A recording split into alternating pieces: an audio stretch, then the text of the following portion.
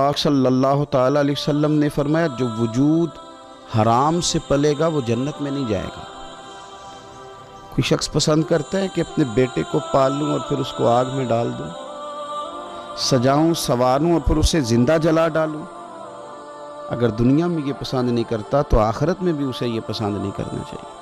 کرنے کا کام یہ ہے کہ یہ رزق حلال کی تلاش کرے تاکہ اس کا بچہ بڑا ہو تو حلال اور طیب رزق کے ساتھ اس کا خون، اس کا گوشت، اس کی ہڈیاں بنے، تاکہ اس حلال کی برکت سے پھر رب اسے دوزخ سے محفوظ کرے اور جنت عطا کرے۔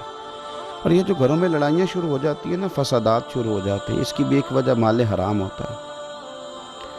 کیونکہ جس گھر میں کے اندر صرف مال مال مال اور مال کی دوڑ لگ جاتی ہے، وہاں رشتوں کا تقدس ختم ہو جاتا ہے۔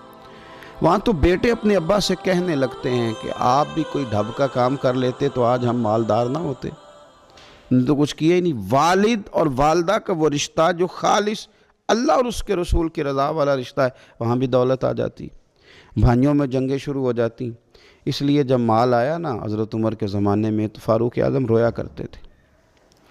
لوگوں نے کہا حضور اللہ نے آسانی دے دی اور آپ روتے ہیں۔ فرمانے لگے تمہیں پتہ نہیں نا، جہاں مال آتا ہے وہاں بغض بھی آتا ہے، وہاں عداوتیں بھی آتی ہیں، ایک دوسرے کے خلاف جذبات بھی پیدا ہوتے ہیں۔ تیسری اور آخری بات آپ کی خدمت میں یہ عرض کرنی ہے کہ گھر کے اندر آداب کا خیال کریں۔ وہ گھر بڑا ہی خوبصورت ہوتا ہے جہاں بچے ماں باپ کا ادب کرتے ہیں۔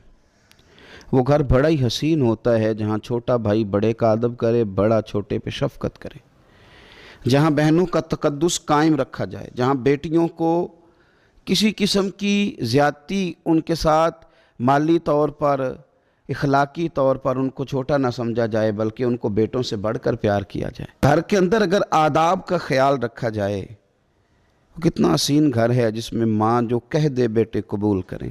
وہ کتنا شاندار گھر ہے جہاں باپ کے لفظوں کو بیٹے اپنے لیے حکم تصور کریں۔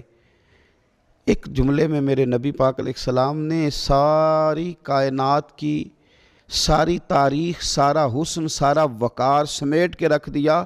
کریم رسول فرمانے لگے ہر باپ چاہتا ہے نا اپنے بیٹے کو تحفہ دے، اپنی اولاد کو اچھا سے اچھا تحفہ دے۔ حضور فرمانے لگے کسی باپ کے لیے اپنی اولاد کے حق میں سب سے بہترین تحفہ یہ ہے کہ اسے اچھا ادب سکھا دے، اسے اچھا ادب سکھا دے، اچھا ادب سکھا دے۔ تو اس کا مطلب یہ ہے کہ اس نے اپنی اولاد کو بڑا کچھ دے دیا ہے۔